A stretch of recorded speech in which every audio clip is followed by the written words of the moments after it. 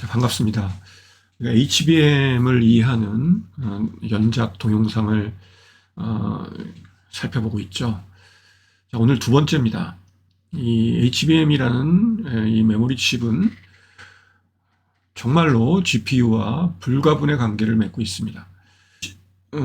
시초는 여러분들 지금 이 보고 계시는 어마어마한 크기의 애니악으로 알려져 있죠. 1946년경에 미국에서 개발된 어쩌면 최초의 프로그래밍이 가능한 범용 컴퓨터로 알려져 있었고요. 무려 18,000개 정도의 진공관을 이용했다고 하고요. 무게도 30톤이 넘었다고 합니다. 물론 뭐 사용은 특수한 용도였습니다. 어떤 포탄의 궤적을 계산한다든지 또는 수소폭탄의 시뮬레이션을 한다든지 이런 등의 특수한 정부의 군사적 목적으로 개발이 된 그런 컴퓨터였다고 합니다. 어마어마한 그 당시에 전력을 소모했다고 하고요. 펜실바니아 시내에 있던 가로등이 이 가동 시에는 다 뭐 꺼지고 오작동을 일으키는 정도의 어마어마한 그런 전력 소모가 있었다고 합니다. 지금은 그 스미소니안 박물관에 보관이 돼서 전시되고 있다고 합니다. 하지만 우리에게 정말로 컴퓨터에 영감을 줬던 사람은 지금 여러분들이 보고 계시는 이 컴퓨터 과학의 아버지라고도 불리는 영국의 수학자 앨런 튜링이라고 할 수 있습니다. 이 양반은 2차 세계대전과 맞물려서 독일 정부의 그 암호를 해독하기 위해서 자신이 갖고 있는 독특한 수학적인 알고리즘을 기계로 구현하게 되죠. 그걸 우리가 튜링 기계라고 하고요. 이 튜링 기계를 이용해서 영국 정부를 위해서 노력하게 됩니다. 이 앨런 튜링의 죽음이 또 좀 신비한 면이 있죠. 41세라는 굉장히 젊은 나이에 자신의 침대에서 죽음으로 발견되게 됩니다. 그 침대 맡에는 그 반쯤 먹다 남은 사과가 놓여 있었다고 하고요. 그 사과에는 시안 계열의 독극물이 발견됐다고 합니다. 이것이 자살인지 타살인지는 결론이 나지 않은 거로 알고 있고요.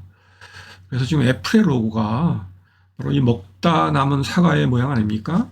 그래서 이 앨런 튜링의 죽음과 관련된 이 사과와 관련이 있다라는 일부 설이 있었지만요. 스티브 잡스는 부정을 했죠. 그냥 시각적인 어떤 재미의 개념으로 자기가 이 로고를 선택했다라고 얘기를 했다고 합니다.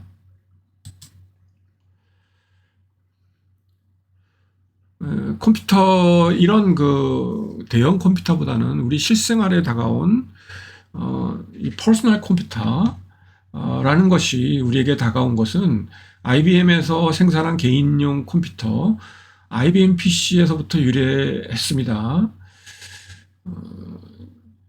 1970년대 초죠. IBM과 힐렛패카드에서 발매한 기종에서 이런 그 최초의 PC가 등장을 하게 됐고요.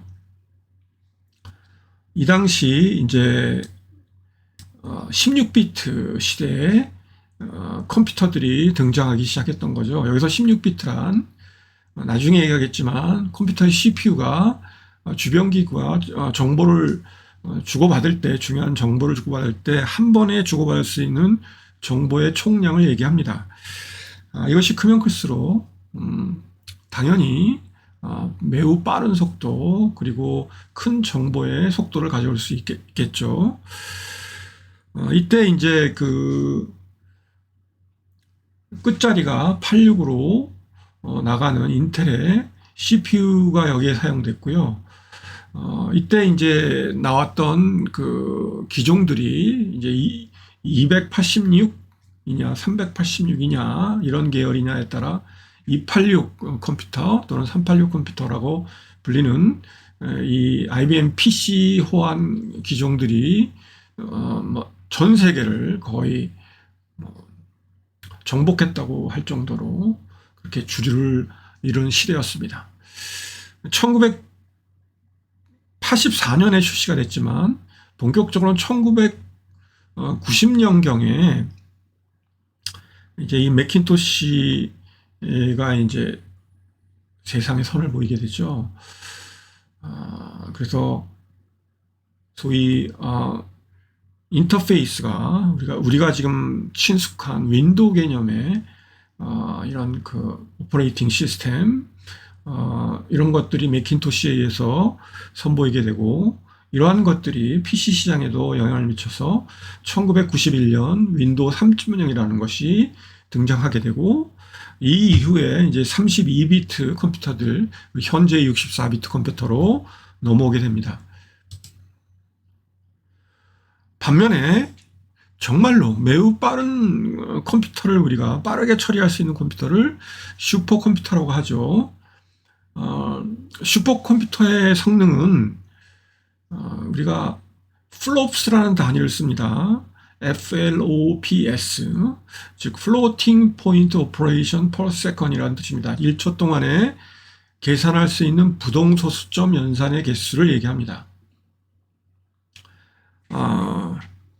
지금 여러분들이 보고 계시는 이 슈퍼컴퓨터가 2023년까지 전 세계에서 가장 빠른 처리 속도를 보였던 오클리치 내셔널 랩이죠.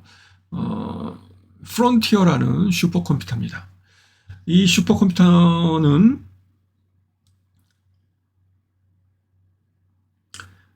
약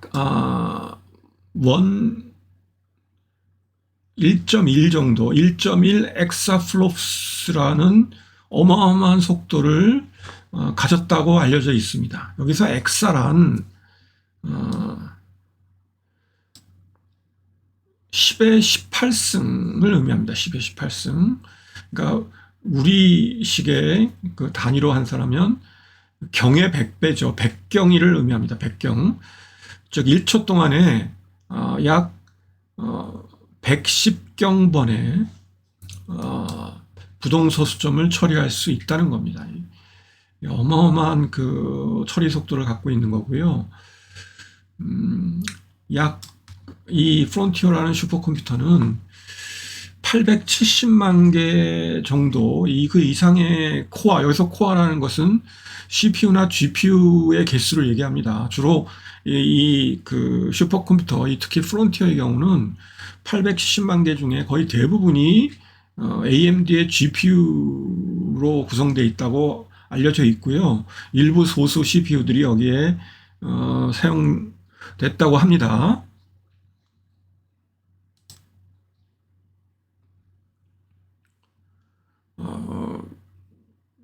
좀 잠깐 이 슈퍼컴퓨터의 랭킹을 보면요. 조금 전에 말씀드린 프론티어가 1194 페타플롭스입니다. 그러니까 1000페타가 1엑사니까요.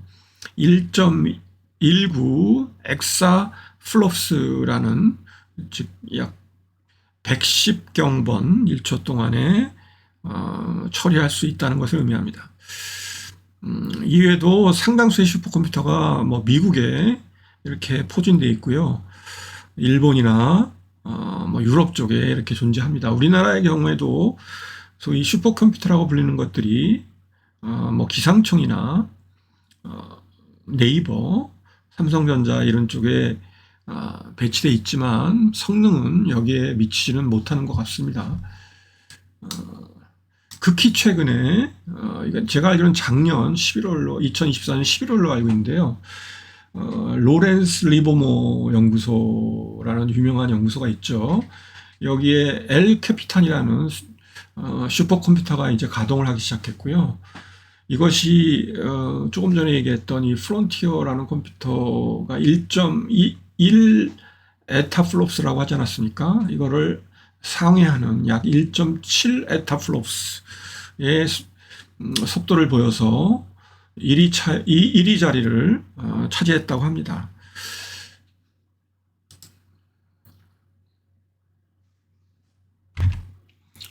자, 그럼 컴퓨터의 구성을 좀 우리가 이해하지만 뒤에 얘기하게 될 GPU에 대한 얘기들이 좀 자연스러울 것 같은데요.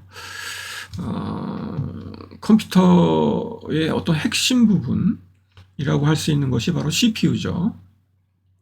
CPU는 두 개의 장치로 구분돼서 흔히 얘기합니다. 첫 번째는 어떤 정보의 전달을 제어하는 특정한 명령을 수행함으로 인해서 정보가 일로 가라, 절로 가라, 또 뭘 수행해라, 계산을 해라, 어떤 장소에 저장을 해라 등등 이런 그 컨트롤만을 전적으로 하는 제어 장치가 있는 반면에 그 옆에는 순수하게 계산, 사칙 연산이죠. 우리가 얘기하는 어떤 산술 논리만을 전적으로 수행하는 연상 장치가 있습니다. 이걸 우리가 ALU, CU라고 흔히 부르고요. 이거를 뭉뚱그린 것을 우리가 Central Processing Unit, CPU라고 하죠. 자, 이런 CPU는 스스로 혼자서는 컴퓨터의 기능을 수행할 수 없고요. 중간중간에 계산된 이런 정보들을 어딘가 저장을 해야 됩니다.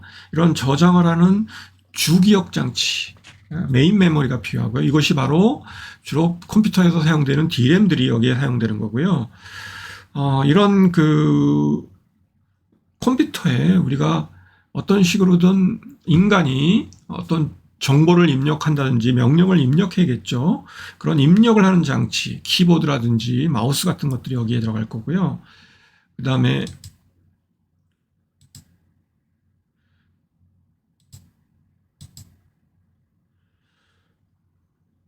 이런 그 DRAM 자체는 담을 수 있는 용량이 한계가 있죠. 매우 빠른 속도를 갖고는 있지만 용량이 무한정 클 수는 없기 때문에 보다 큰 용량을 갖고 비교적 속도는 이거보다 훨씬 느린 보조 기억 장치를 쓰게 되는데요. 이런 것들이 지금의 SSD라든지 하드디스크가 되겠습니다.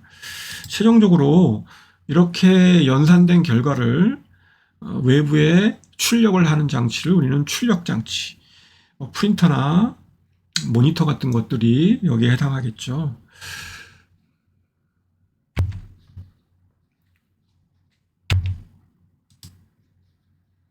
자, 이거를 좀 정리해서 보자면 우리가 데스크탑 컴퓨터라고 우리가 부르는 이런 컴퓨터에 지금 여러분들 메인보드를 보고 있고요.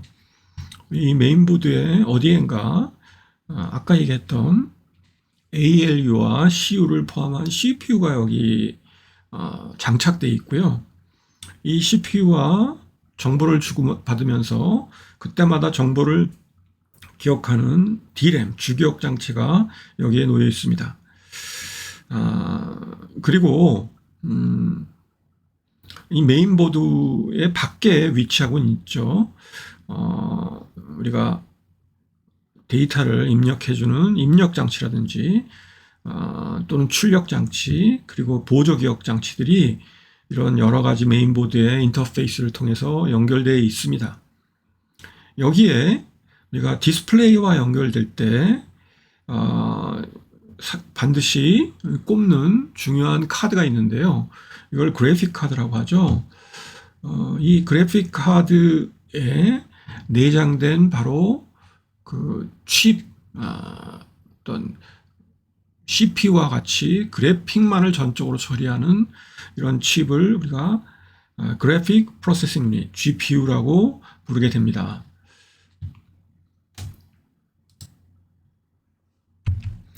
자, 그러면 GPU에 대해서 얘기하기 전에 CPU에 대한 간단한 이해 그리고 컴퓨터 아키텍처에 대한 간단한 소개를 하고 그 다음 얘기로 넘어가도록 할게요. 먼저 CPU란 아까도 얘기했듯이 컴퓨터의 두뇌에 해당하는 부분입니다. 그리고 현대 컴퓨터의 어떤 기본 골격이랄까 돌아가는 메커니즘을 처음으로 정립하고 만든 사람을 우리가 폰 노이만이라고 합니다. 폰 노이만. 이 폰 노이만의 그 아키텍처를 중심으로 해서 컴퓨터는 여태까지 발달되었다고 얘기할 수 있는데요. 이 폰 노이만의 아키텍처의 바로 중심에 있는 것이 CPU라고 할 수 있습니다.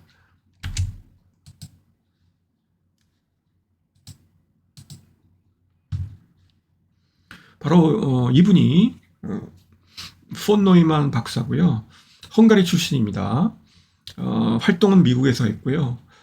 뭐 경제학자이기도 했고, 컴퓨터 과학자, 수학자이기도 했고, 양자역학, 뭐 해석학 등등 온갖 분야에 다양한 업적을 남긴 천재 과학자이기도 하죠.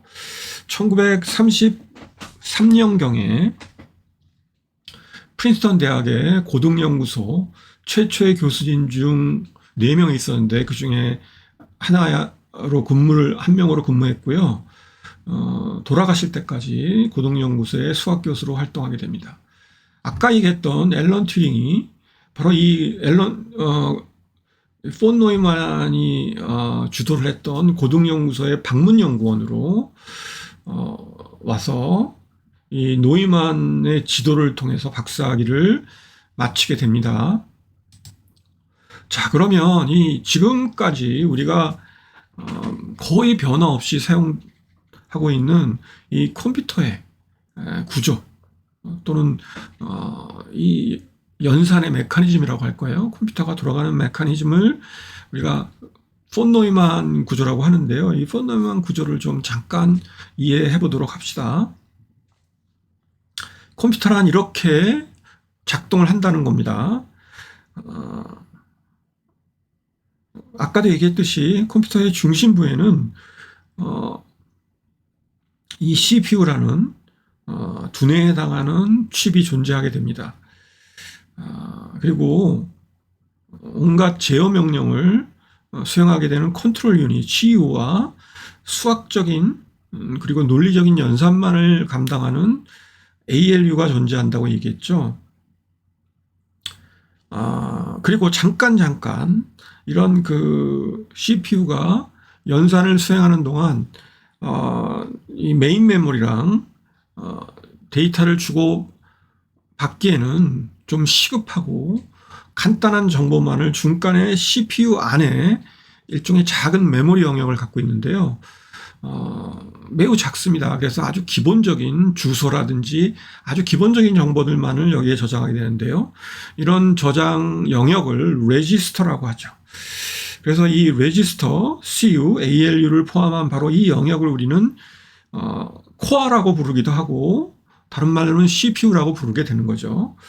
이 CPU는 자기 스스로 연산을 수행하는 도중에 그때마다 이 메인 메모리 유닛과 끊임없이 데이터와 정보를 주고받게 됩니다. 그러므로 인해서 컴퓨터는 우리가 원하는 우리의 그 연산 목적 또는 프로그램을 수행하게 되는 거고요. 이러한 모든 내용들은 인간이 주어진 입력과 또 명령에 의해서 수행되게 되고요. 그리고 이러한 모든 내용들을 출력하게 되는 거죠.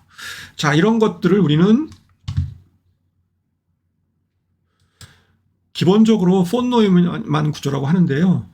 바로 여기에서부터 현대 세계, 현대의 그 복잡한, 특히 이 AI와 관련된 복잡한 계산 환경하에서는 소위 병목 현상이라는 것이 생기게 되는 겁니다. 이러한 현상을 흔히 폰 노이만 구조 병목 또는 폰 노이만 병목 현상이라고 하죠. 그 원인은 단순합니다. 아까도 얘기했듯이 CPU는 끊임없이 들어오는 입력의 명령을 자기가 갖고 있는 기계어를 통해서 끊임없이 제어하고 계산을 수행하게 됩니다. 수행하는 과정 중에 많은 주소, 자기가 저장해야 될 주소라든지 중간 데이터들을 자기가 산출하게 될 거고요. 이런 것들은 계속 끊임없이 또 동시에 메인 메모리와 정보를 주고받음으로 해서 자기가 계산한 중간 결과를 계속 이 메인 메모리에 저장하는 거죠. 그리고 또 갖다 써야 되고요. 이런 그 아주 빈번한 교통의 혼잡이 발생하게 됩니다. 자, 이런 것들이 CPU가 충분히 빠르고 능력이 굉장히 클 경우에는 이런 것들이 큰 문제가 안 됐어요. 근데 최근 들어서 특히 그래픽 환경이 매우 발전하게 됨에 따라, 그리고 AI와 같이 연산수가 초당 수행이 되는 연산수가 어마어마하게 많아지는 그런 환경이 돼버리면 이런 CPU와 메인 메모리 사이에 데이터의 교통 흐름에 심각한 병목 현상이 발생하게 되는 겁니다.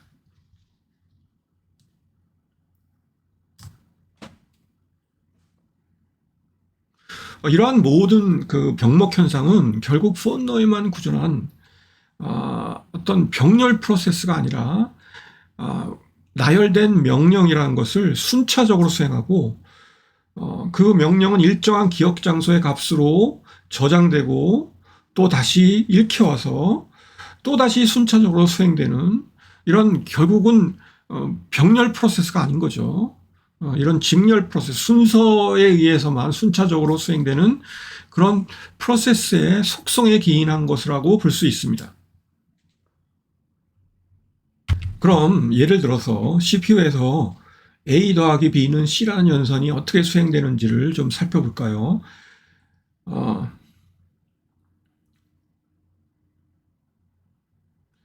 지금 단순한 마이크로 프로세서가 있다라고 가정을 해봅시다. 이 마이크로 프로세서에는 3개의 레지스터, 임시로 저장하는 CPU 내의 저장 장치라고 얘기했고요. 이걸 REG1, 2, 3라고 해봅시다. 자, 그러면 자, 1단계에서 컨트롤 유닛은 신호를 보내서 램에게 저장된 A의 값을 REG1에, 그리고 B란 값, 저장된 B란 값을 레지스터 2에 저장하도록 이렇게 명령을 수행하게 됩니다.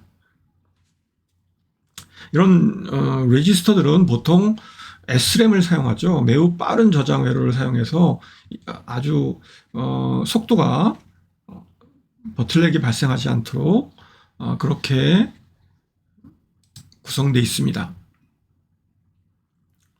자, 세 번째 단계로는 제어 컨트롤 유닛이 신호를 보내서 첫 번째 레지스터에 저장된 값과 두 번째 레지스터에 저장된 값 B죠. 이것을 ALU로 보냅니다. 그래서 ALU는 이 A와 B를 단순하게 합하는 그런 그 기능만을 수행하죠. 그래서 이 저장된 값은 다시 컨트롤 유닛이 레지스터 3에 저장하도록 그렇게 명령을 하게 됩니다.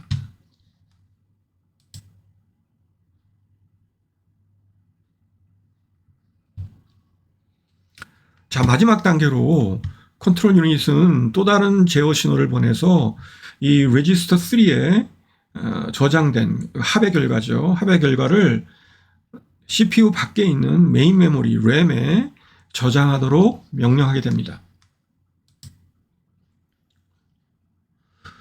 자, 이런 그 CPU의 연산 과정을 컨트롤하는 기계어가 지금 여기에 뭐 LDR이라든지 또는 더하기를 수행하는 add라든지 또는 str이라는 이런 기계어들을 통해서 이루어지게 되는데요. 이런 아까 언급했던 각 그 CPU가 수행하는 각 단계들은 CPU가 갖고 있는 고유한 클락 시그널이라는 것이 있어요. 뭐 3GHz다. 1초 동안에 3 곱하기 10의 9승번 이렇게 교대하면서 변화하는 일종의 교류 시그널, 일종의 시계 역할을 하는 이런 클럭 시그널을 갖고 있게 됩니다. CPU는. 이런 그 클럭의 각 한 주기마다 이런 단계들을 수행하도록 만든 거죠.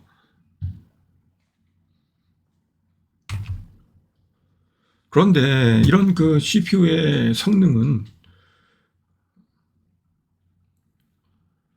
단일 코어일 때, 코어가 만약 하나라면 어쩔 수 없는 성능 저하의 문제를 겪을 수밖에 없게 됩니다.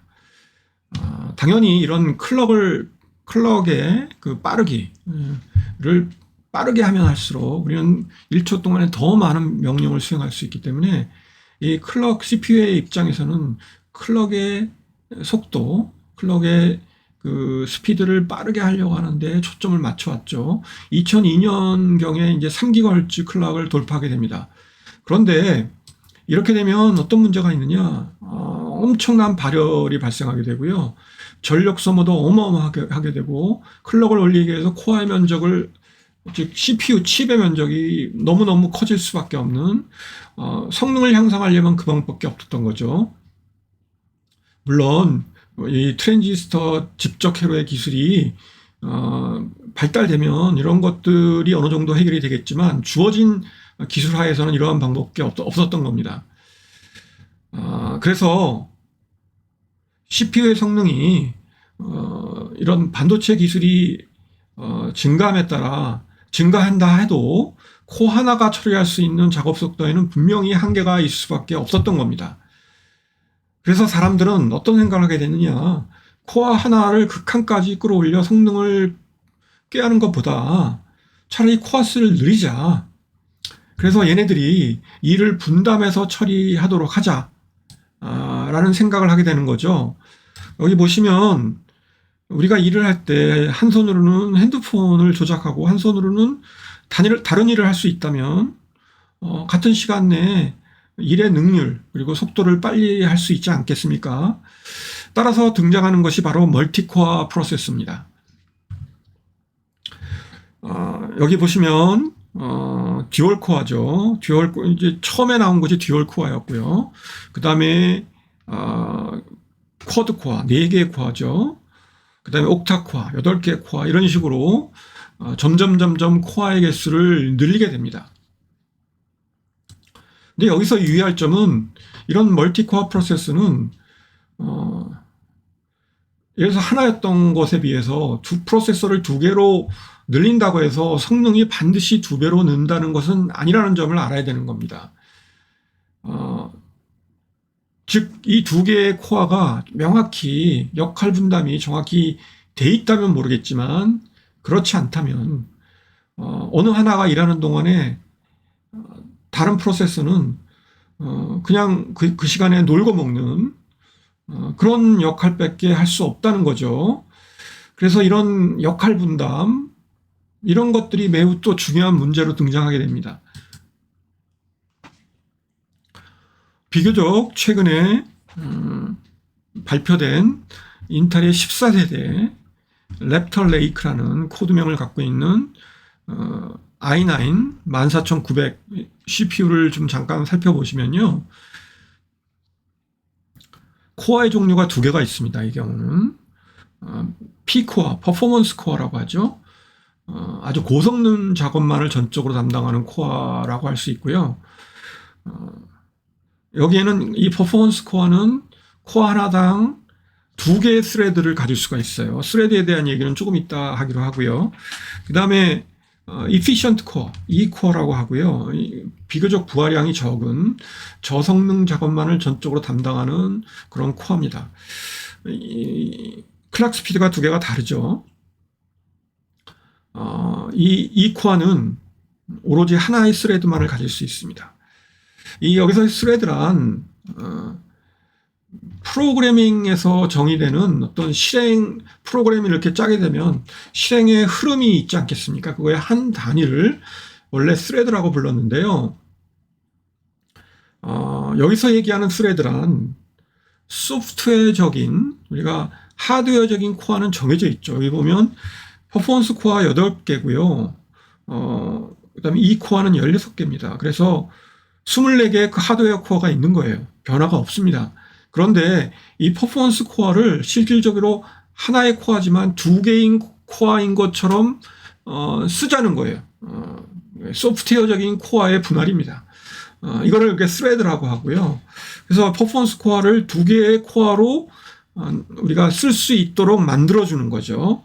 그래서 실질적으로 24개의 코어지만 32개의 스레드, 32개의 코어인 것처럼 쓸 수 있는 게 바로 이 i9 14900 코어라고 CPU라고 할 수 있습니다.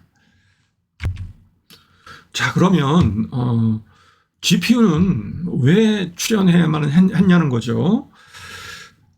여기 보고 계시는 엔비디아의 H100이라는 어쩌면 얘는 GPU의 수준을 넘었죠. AI에 주로 전적으로 사용되는 AI 가속기라고 할 수 있는 그런 칩이라고 할 수 있는데요. 여기 잠깐 보시면 이 GPU도 요 H100이라는 GPU도 코어를 갖고 있습니다. 근데 아까 CPU는 코어가 뭐 끼키야 최근에 발표된 랩터 레이크도 32개의 스레드밖에 안 된다고 얘기했는데요. 이 경우는 코어의 개수가 쿠다라는 엔비디아는 독특한 자기의 코어 이름을 사용하죠. 이 코어의 개수가 무려 17,000개 정도에 달합니다.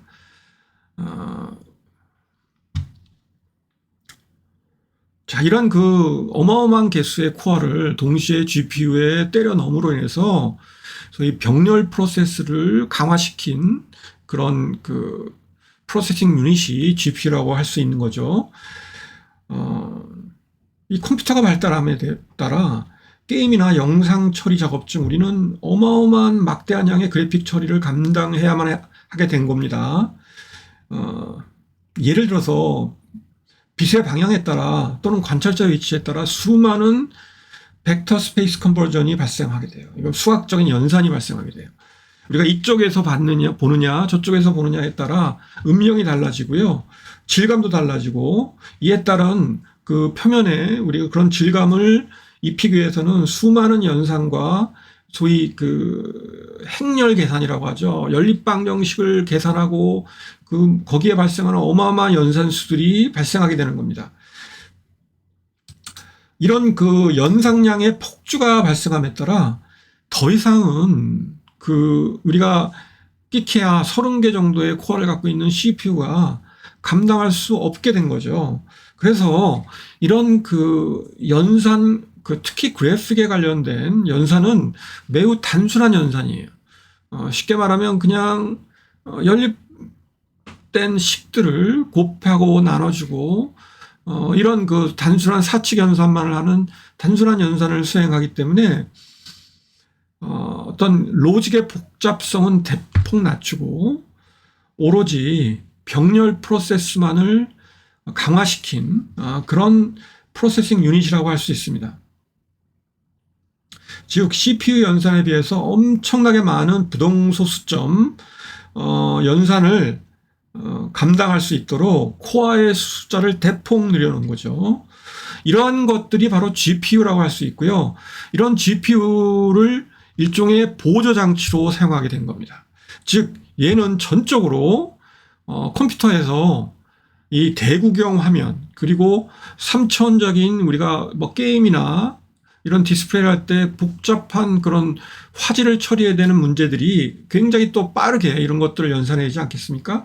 이런 것들을 연산할 수 있는 현대 컴퓨터에서 이 그래픽 환경만을 그래픽에 관련된 연산만을 전적으로 처리하는 프로세싱 유닛을 분리시킨 거죠. 바로 이것이 GPU고요. GPU의 핵심은 바로 이 무수히 많은 코어의 개수 그리고 이 GPU 역시 중간중간에 데이터를 자기가 계산한 데이터를 어디엔가 저장을 해야 될 거 아닙니까? 그래서 반드시 메모리가 필요해요.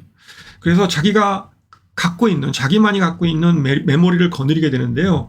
이 메모리와 주고받는 정보의 속도, 이거를 우리가 1편에서 얘기했었죠. 밴드위스라고. 이 밴드위스가 매우 빨라야만 합니다. 안 그러면 계산을 아무리 빨리 한다고 한들 이 메모리에서 모든 병목 현상이 발생하기 때문에 이 메모리와 함께 주고받는 정보의 이 밴드위스가 매우 크도록 만든 이런 우리가 장치를 GPU라고 할 수 있을 겁니다.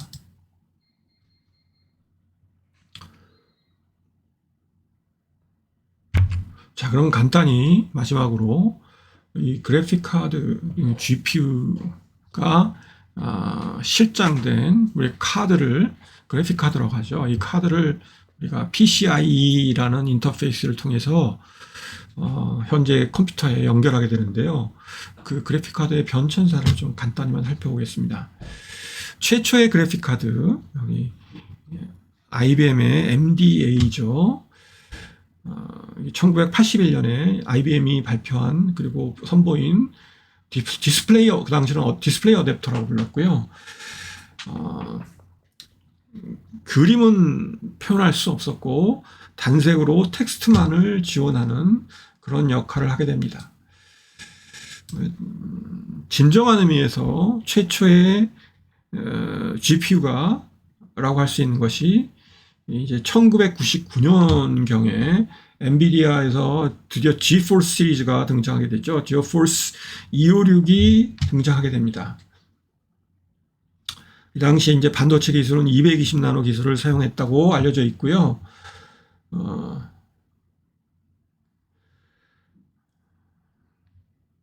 최근에 이제 와서 정말로 컴퓨터에 전적으로 사용되는 뭐 H백이나 블랙엘 같은 것은 AI 전용이라고 봐야 될 거고요. 컴퓨터에 사용되는 거의 최고성능급인 이 그래픽 카드가 GeForce RTX 4090급이라고 할 수 있고요. 이것이 이제 24년 출시가 됐고요. 5나노미터 기술을 사용했다고 알려져 있고 코어의 개수는 16,000개로 알려져 있습니다. 파워는 4090의 경우 450W를 소모하는 것으로 알려져 있습니다. 어마어마한 그 전력 소모량이 아니죠.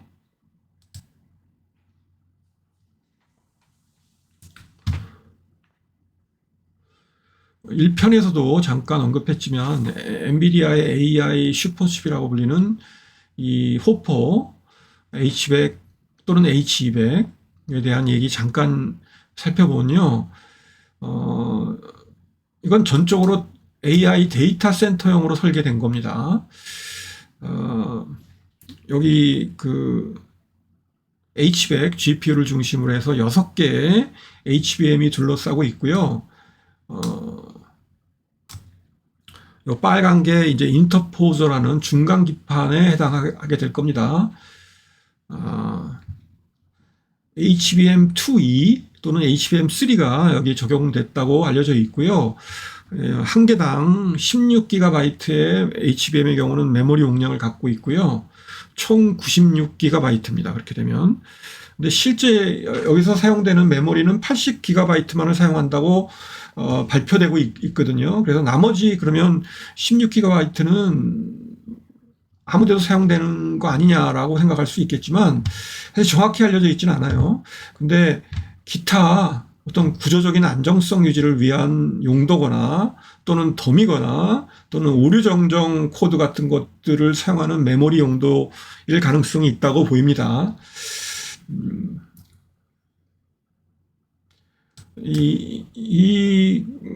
이것도 역시 이제 카드, PCI 형태로 나오게 되는데요. 물론 다른 인터페이스로도 나오게 되고요. 소비 파워는 약 350W 정도로 알려져 있습니다. 이 엔비디아의 가장 최근작, H100보다 4배 빠른 괴물이라고 알려져 있는 블랙웰입니다.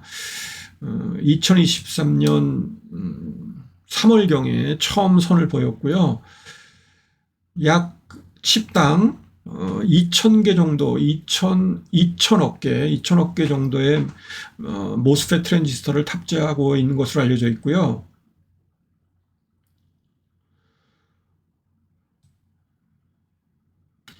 TSMC의 4나노 공정을 이용해서 제조된 것으로 알려져 있습니다.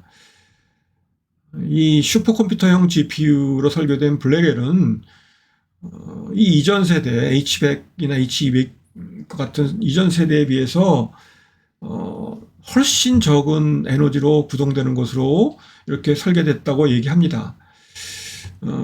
이름은 블랙웰이죠. 유명한 흑인 수학자 해롤드 블랙웰을 기리기 위해서 붙여진 이름으로 알려져 있고요. 우리 하이닉스 최신급인 HBM3E 반도체가 여기에 탑재돼서 공급 승인을 받은 거죠. 그래서 이 HBM이 여기에 활동하는 것으로 알려져 있습니다. 자, 두 번째 얘기는 오늘 여기까지 하기로 하고요. 다음번에 좀 더 자세히 HBM에 대해서 심도 있는 얘기를 나누도록 하겠습니다. 감사합니다.